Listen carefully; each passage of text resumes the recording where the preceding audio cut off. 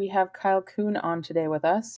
Kyle, super excited to chat with you and very excited to meet you. Why don't you give us a sort of brief introduction to yourself? Yeah, Jordan, thanks for having me on. Super happy to be here. It's an honor and a pleasure.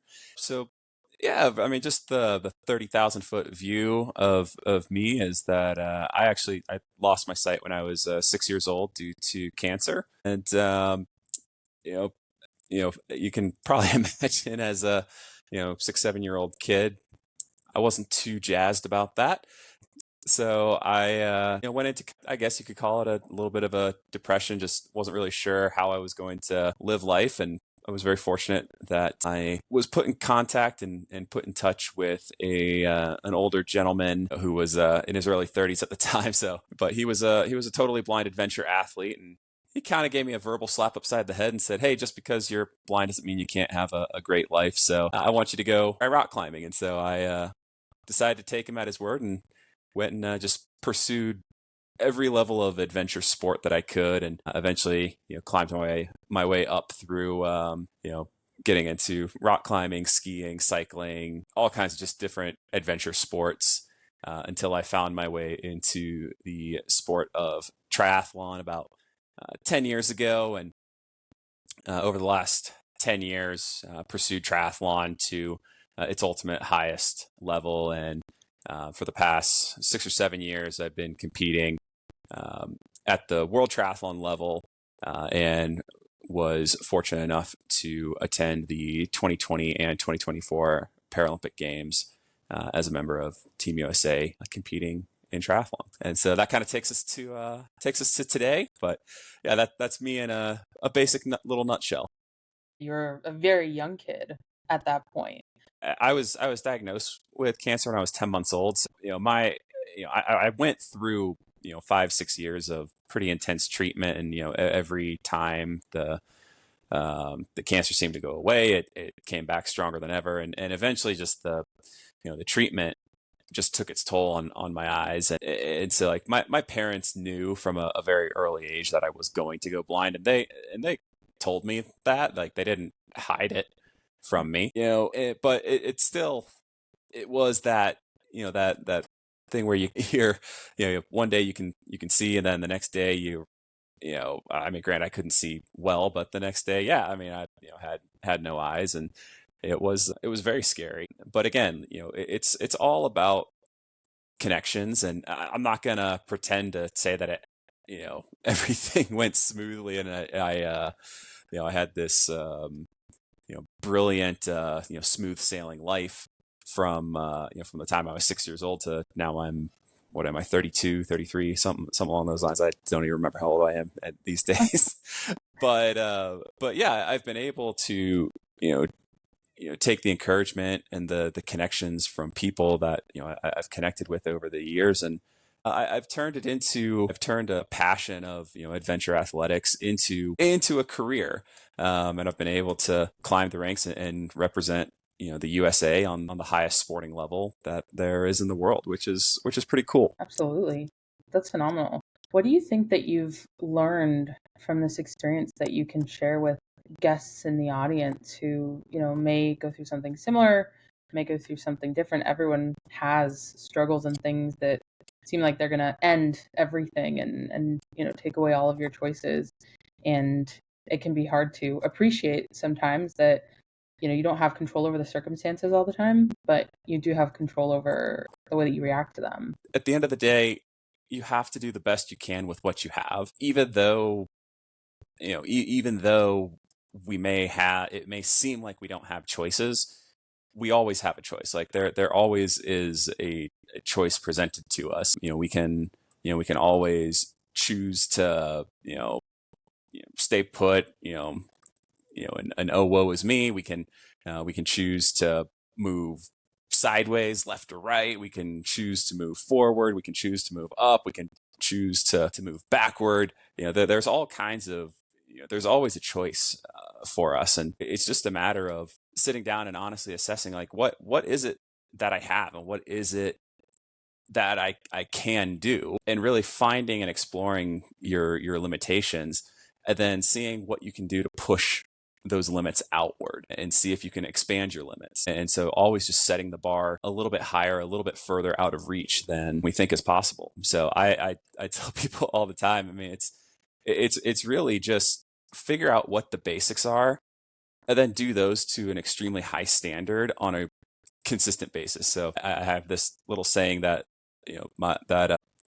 I combined a little saying that my triathlon coach taught me with, something that my dad always told me growing up. And that was, keep it stupid simple, do simple well, and do simple better. And so that's basically what I did growing up was, I figured out, okay, like let's just do like let's learn how to be a good little blind kid. Let's study and do well in school. Let's figure out how to do this rock climbing thing, and then let's explore beyond that, and let's push the limits a little bit further, a little bit further, a little bit further, and eventually you get bored with that and you move on to the next thing. And so it's always about finding your limits and then trying to push them out a little bit further. I love that.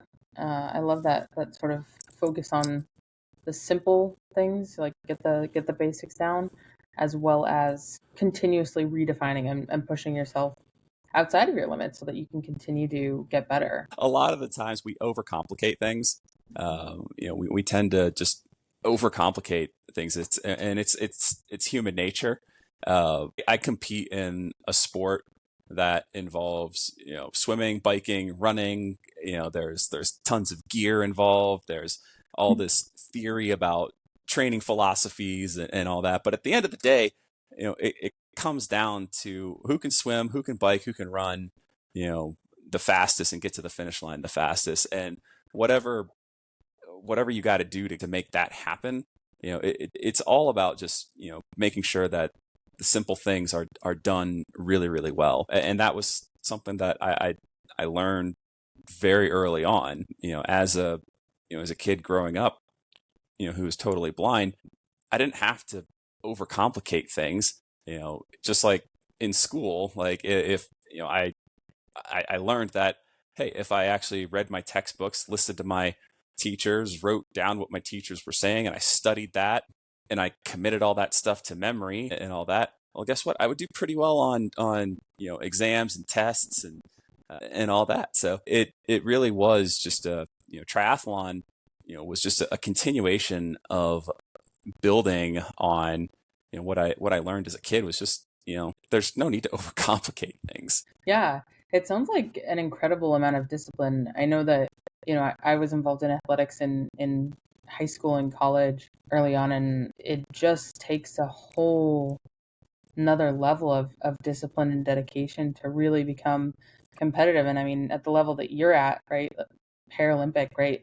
I mean, that's sort of beyond really high level college athletics, and to have sustained that level of discipline and dedication for years is pretty incredible. It's definitely portrayed sometimes as this very glamorous life. And I always tell people, if you want to a professional Olympic or Paralympic level athlete, get ready for a life of boredom, because that's really what it is. It's a lot of the same routine every day. It's getting up at the same time every day. It's going and executing your workouts. It's having very simple, bland, kind of boring meals, and it's making sure that you're dotting all your I's and you're crossing all your T's and all that. And it's day in, day out for for weeks, months, and years. And all of that effort, it may only result in a handful of seconds, or depending on your event, it may only result in milliseconds. I think it was, I can't remember, but I think it was Usain Bolt that said, I work for years to shave off 1/100th of a second, and people expect results much quicker than that. Like it takes time. So exercising patience as as a Olympic or Paralympic level athlete is a lesson you learn very quickly. I can tell you that I am a significantly faster, stronger athlete than I was back when I competed in the Tokyo Paralympic Games, back in 2021. But everyone else is also significantly faster, stronger, fitter. And so, that doesn't, you can put in the work, but sometimes the results don't come the way you want or expect. So, um, you really you have to love, and have a passion for what you're doing. And that's regardless of whether you're in elite sport or you're competing, or you're just in an office job, or if you're wanting to be a parent or anything along those lines. You've got to really enjoy the process of getting your goal or your finish line, because if you ever reach your goal or your finish line, I would argue that you're not working hard enough, you're not pushing hard enough, or you're not setting goals that are really fulfilling. I always feel that we need to always be in the hunt, because at least to me, it's that chase, that pursuit that is so satisfying. Yeah, I absolutely agree. I think that the growth is how I put it for myself. Growth and learning, it ends up being more meaningful, and that process that you're talking about than getting the thing right, the secondary momentary goal that you finally hit after months of work. You always think that that's going to be so exciting and so fulfilling, but it's fleeting, right? Oh yes, oh yes, indeed. It is oh so fleeting. And what you do retain is all of the skills and the talent, and for you the fitness that you've gained by doing the hard work for months and years leading up to that. It's a pretty cool thing, because that it all the hard work that you put in, it doesn't leave. The hard work, the discipline, the work ethic.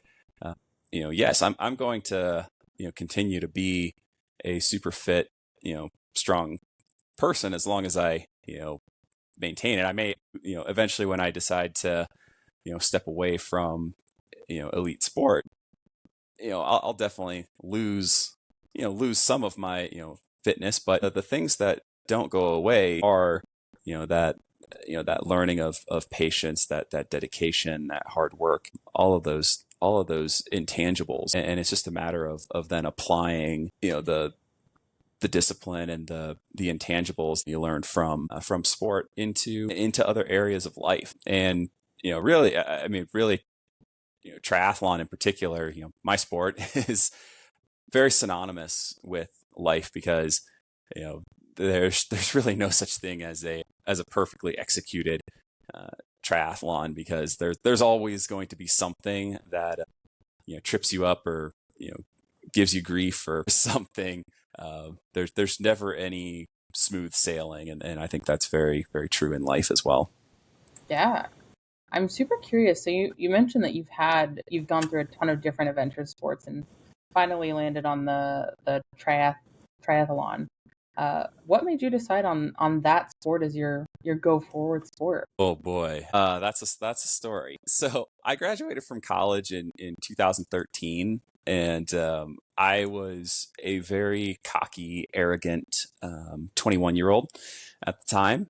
I came from a family of entrepreneurs, business people, and so I basically said, well, I'm CEO material, so I'm going to apply for every job that's CEO and above. I quickly figured out that doesn't work in the real world. So I started climbing my way down the corporate ladder, and until I, finally fell off the bottom rung, you know, hit the bottom, hit the floor, and started digging a hole. And so eventually I looked up, and I realized that, oh man, I am a year removed from college. I'm in debt. I'm 25, 30 pounds heavier than I was when I graduated college, and things are not going so good for me. And so I decided that in order to get my mind kind of back on the right track, I needed to first get my body back in shape. And so I decided to start running. And as a totally blind person, the ways I could run were either run on a treadmill, which is not the most fun thing to do, run on a hamster wheel, or I could find someone to run outside with me. And so I jumped online and did some Google searching, how does a blind person run, and found a website called United in Stride and connected with someone in my area. He responded, and I went out and did a kind of faked my way through a run with him. He didn't really know what he was doing. I didn't really know what I was doing, but we kind of figured it out together. And so we started running together on a fairly regular basis. And, eventually he told me that he was a triathlete, and, he basically told me that, running is dumb. You should do triathlon. And I was silly enough to believe him, and he basically peer pressured me into giving triathlon a go. And for some reason, I fell in love with it. I loved this idea of putting a puzzle together. I loved the process of learning how to swim, efficiently as an adult. Because I knew how not to drown, but I wouldn't say that I knew how to swim at a competent or competitive level as a 23, 24, 25-year-old, however old I was at that point. And so, and then I'd always enjoyed, tandem cycling, but had never done anything at a competitive level. And then I was, figuring out how to run and all that. So I just loved this process of putting, swimming, biking, and running together and figuring it out. And I kept entering races and, just doing triathlons, and found this community of people that was just nutso about triathlon, because it's a crazy sport, and you gotta have some screws loose to really enjoy it and get into it. And I found out that of the 97 screws in my head, about 150 of them were loose, so I fit right in. And so I loved the process of, just swimming, biking, and running, and, trying to get faster, go longer, do all the things. And I wanted to do it all, and I wanted to have it all.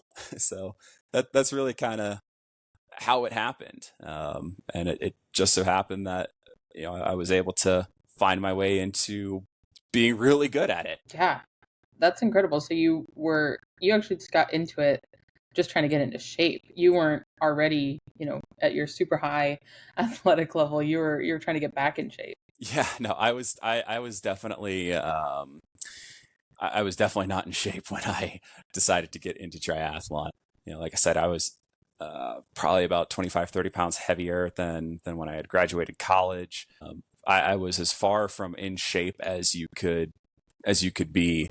And I think, the first time I ran a 5K or something like that, I think I did it in, 33 or 35 minutes or something like that. And, and then my first ever triathlon, I did an Olympic distance triathlon. So it was a 1,500 meter swim, a 40-kilometer bike, and a 10-kilometer run. And I think that race took me over 3.5 hours to do. And, it's crazy to think back on, that. I could probably, if I went back and did that exact same race now, I would probably go under 2 hours for that race. I have very easily gotten twice as fast over the last 10 years. And just to see the progress, now I run at the Paralympic Games in Paris. I ran just under an 18-minute 5K. And, that would have been unthinkable for me even 5 years ago, let alone 10 years ago. Wow. That's a huge difference. And I can definitely hear from your story that you pushed your limits, right? You didn't let yourself get slightly better than the 35-minute 5K. Right? You went for, like you said, double the speed, essentially. And hey, it didn't all come in one big chunk. I mean, it took time, and I was not always patient with that, but I had to learn patience, and I had to surround myself with the right teachers and the right mentors to teach me that patience, and to show me what it really meant to be an elite athlete, a professional athlete. And just like when Eric Weinmeier, back when I had just lost my sight, and he gave me that verbal slap upside the head to not let my blindness be an obstacle. I did the same thing when it came to triathlon. I just connected with the right people, was confident enough to reach out to the community and connect with as many people as I could. And, I decided to learn and absorb all the knowledge and all the things I could. Because it's really quite amazing that, people love giving advice. And if you listen to it and you follow it, and especially if you follow the advice of, the best athletes or the best business people or something like that in the world, well, it's amazing how quickly you can improve and how you find success as well. Yeah, I'd love to hear, if you have one or two mentors, coaches, people who have made the biggest difference in your life and in your journey. I mean, hands down. I mean, first and foremost, I mean, my parents have been probably the biggest role models and mentors in my life. They're the ones that never held me back, always challenged me and pushed me to find my limits and to break through and not let my blindness be an excuse. But definitely. And then the guy that got me into triathlon, Mike Melton, he and I actually became such good friends. We actually became roommates for a couple of years. We lived and breathed triathlon together for a handful of years there together. And then when I started improving and getting fast enough so that Mike couldn't guide me, he introduced me to the right people and pushed and challenged me to keep going with the sport. I went out and found great coaches, and the guy who's been coaching me for the last 6 years, Derek Williamson, has probably had the biggest impact on my triathlon journey. And he much sooner than I believed in myself. I think when I moved to the Olympic and Paralympic Training Center here in Colorado Springs, back at the beginning of 2019, Derek, at the time, my personal best 5K was, just over 22 minutes. And, I got on campus and Derek said, I'm going to turn you into a 17-minute 5K guy before I'm done with you. Lo and behold, here I am now, consistently running in the 17-minute 5K range, but it took a long time to get there, and he absolutely, believed in me and pushed me to all new heights. And then, I can't, I can't not acknowledge, just the numerous people that have been my eyes on the race course and in training as well. Guys like, Zach Goodman, who I've trained and raced with for, the past 6 years. He and I have, done over 20 races together and, stood on a lot of podiums together. Guys like, Andy Potts, who guided me at the 2020 Paralympic Games, and Marty Andre, who is, trained and raced with me as well, and who guided me at the 2024 Paralympic Games. It just, I mean, I could go on and on and on, because this has really been a team effort. And, my success, the success that I've had in sport and life has largely been because I've just kept stepping in on the shoulders of taller and taller giants. I think Isaac Newton was very right, or I think it was Isaac Newton or Albert Einstein or some scientist way back in the day say, I've seen further because I've stood on the shoulders of giants. And that's so true when it comes to my success and my journey. Yeah, yeah, I love that.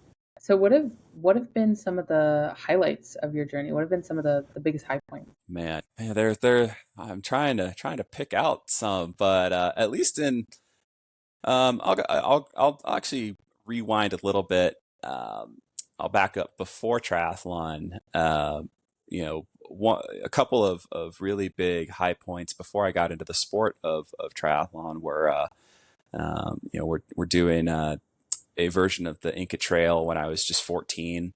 That was my first really big major national kind of adventure. And then the very next year, when I was 15, I joined up with a group of teenagers, high school and college age kids, and we climbed and summited Mount Kilimanjaro.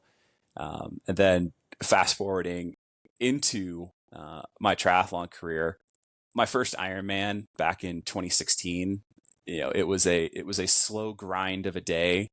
But just the feeling of crossing the finish line after nearly 16 hours of swimming, biking, and running, it was something special and unique. But then also fast forwarding to 2018, when I actually lowered my Ironman time from almost 16 hours down to just under 11 hours. That was really cool and special, because at the time, and I was the first totally blind person to go under 11 hours for an Ironman triathlon, and just that feeling of accomplishment, knowing that I had put in the work over a 2 or 3 year span to get to that level. And then the highlights over the last 6 years of racing at the Paralympic level. Oh my God! I mean, just every time I've stood on a podium, or every time I have raced shoulder to shoulder, against competitors and athletes, those are really special. But it's also witnessing my teammates accomplish their goals. Watching teammates. I had two teammates come to mind, highlights from just this past Paralympic Games in Paris. One of my good friends and teammates, Haley Dans, she had won a silver medal at the 2016 and 2020 Paralympic Games in triathlon, and she finally broke through this year and stood on top of the podium in Paris. And she had just put in so much work over the last few years, and she has been just the best in the world, in paratriathlon. And so seeing her finally stand on top of that podium was so incredible. And then also my friend and teammate Mohamed Lana, who immigrated from Morocco to the U.S. and became a U.S. citizen in 2017, and was able to climb his way onto the podium in Paris, and get a silver medal as a U.S. citizen. Stories like that, and just being able to see my friends and teammates accomplish their dreams and goals.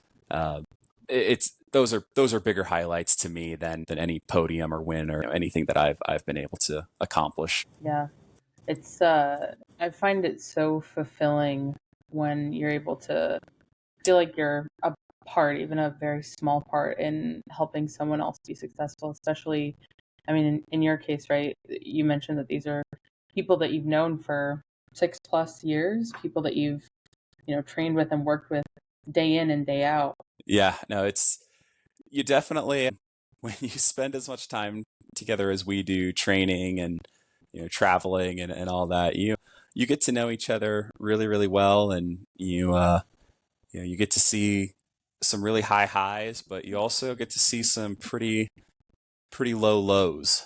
And we have definitely all cried together. We have definitely all suffered together through training sessions and through frustrations and all kinds of things. So it's we here at the training center have just such a cool and unique team.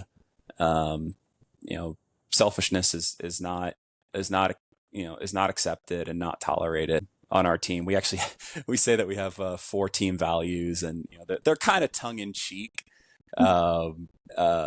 because so the quick little context to this. One day, we walked onto the pool deck, and there was a whiteboard set up, and I think the para swimming team had written up this list of it was 20 or 30 values that they had for their team. And one of my teammates, I can't remember if it was Haley or Howie or someone, looked at it and was like, TLDR. And so too long, didn't read, and so we were like, hey, what if we boiled down our team values to represent TLDR? And so our team values are tough love, live, laugh, love, don't be a dick, and really try hard, just really try hard not to suck. And so those are our team values. Because tough love, we give each other a hard time. We don't pull punches with each other, but at the same time, you have to be able to laugh at yourself. You have to be able to live life to the fullest extent and laugh about it. And then like I said earlier, that selfishness part, it doesn't fly on our team. So that's where don't be a dick came came into existence, because we just don't tolerate that. Mm. And then then the really try hard not to suck piece was, look, as long as you're giving it everything you got, and you're not shirking your responsibilities, and you're not you're here and as long as you're here for the right reasons, we will accept you. You don't have to be the fastest, you don't have to be the best, but you've got to try, and you've got to give it your all. And so, and we live up to those values, and so that's kind of how that's the essence of our team. Mm. Yeah, I love that story, and it sounds like a phenomenal team. You It mentioned is. some of the lowest lows. I'd love to to hear about what some of your biggest struggles have been throughout the years and how you've gotten through them. Oh boy. The lows can happen. They happen a lot. So one low that I can think of, in particular. So I wrestled, in college. I was a wrestler in high school, and I wrestled a little bit in college. And so at the end of my college wrestling career, I got slammed on my shoulder, and well, it turns out that I injured my shoulder pretty badly, but decided not to get it fixed. After several years of triathlon training, my shoulder was just really in a bad spot. I was in chronic pain for several years, and at the kind of halfway through 2022, I was on a roll, but that it just got to a point where it was just unbearable, and I could hardly lift my arm up over my head. And so at the beginning of 2023, I went under for surgery, and missed about half the year of the triathlon season, Wow. because I was rehabbing, injury, and I wasn't able to take part in a lot of training sessions, and all that. And it's hard when you're in that spot to stay motivated, and it's hard. I went to a pretty tough dark place, but was able to, again, had a superb team around me, that my teammates were always there to you know cheer me up, or smack me around, to make sure that I stayed on top of my physical therapy, and everything. And it ultimately worked out. I have a super healthy shoulder now, and swimming, biking, and running faster than I ever have in the past. But also, I've seen some low lows of my other teammates. I had a teammate in 2021. He missed out on going to the Tokyo Paralympic Games by seconds, really. They took the top 10 guys in the world. He was ranked 11th. And to see the years that he had put in, was really hard, to see him then miss it. But then he took that and channeled it into the next 3 years, and he made it to Paris, and he had a solid race in Paris. But then also seeing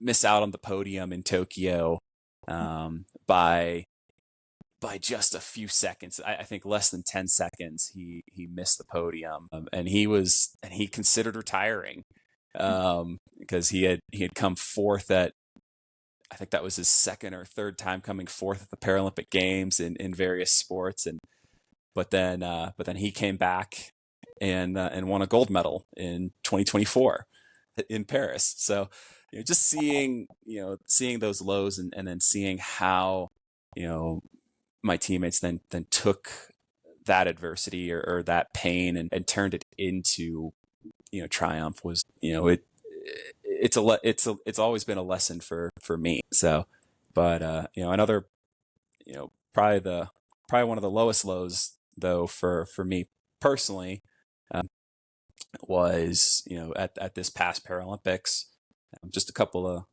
weeks ago, at the time of this recording.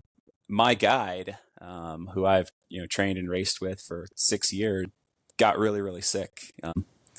The the day before our race, and he actually was so sick that he was not able to race, and so we had to go to my backup guide, and just to see the work that Zach had put in over the last 6 years, in particular the last 2 or 3 years that we had put in together. I mean, it tore it tore me up inside. But Zach was was able to drag himself out to the race course at least to cheer everybody on, even though he was he was not doing so good. He suffered through to make sure that he was out there cheering all of us on, and so that was a gut wrenching thing to see my teammate, who has swam, biked, and ran with me so much over so many years, not get to showcase his talent and his performance there right alongside me. So that was, for me, that was probably the lowest point over the last handful of years in particular. But again, looking at the resilience of my teammates, looking at Zach's resilience, and the attitude that it's you gotta maintain as positive an attitude, and look forward to the future, learn from the past. And so it's still processing that part at least, but things will be okay in the long run. Yeah. Well, it's been quite inspiring to get to chat with you and hear about your journey and the highs and lows and the learnings and the joys and struggles. I'd love to ask you one last question, which is, if you could go back and give your younger self any piece of advice, what would it be? And I think we'll take it back to kind of what I said earlier, and that was keep it stupid simple, do simple well, do simple better. Don't overcomplicate it. As a kid, have fun. Live an adventurous life, and don't lose that. Sometimes as adults we can get too serious. Yeah. And so if we can embrace the joy of life, just keep it stupid simple, do simple well, do simple better. And that's not just for athletic performance. That's for finding pleasure in the little things in life as well. Absolutely. I love that. It's clearly served you. And I think that's the perfect way to cap off our interview. So thank you so much, Kyle. It's been an absolute pleasure talking with you today. Awesome. Well, thank you, Jordan. I really appreciate the opportunity to come on and have a nice little chat.